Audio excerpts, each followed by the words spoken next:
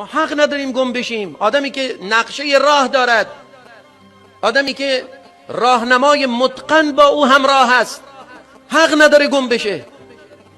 آگاه باشید که هم خلقت منحصر به الله است و هم دستور منحصر به الله است. یک وسیله مادی ساده رو در نظر بگیرید. این کولری که داره کار میکنه، چه کسی مستحق‌تر و لایق‌تر است که برای این کولر دفترچه روش کارکرد ارائه بده؟ غیر از این است که اون شرکتی که سازنده این کولر هست دفترچه روش میذاره. شما دیدید که کولر سامسونگ دفترچه LG مثلا روش بذارن؟ الله خالق من و تو هست، منهج زندگی، راه حرکت، مسیر رفتن کسی دیگه برای ما معین بکنه؟ خیلی عجیبه.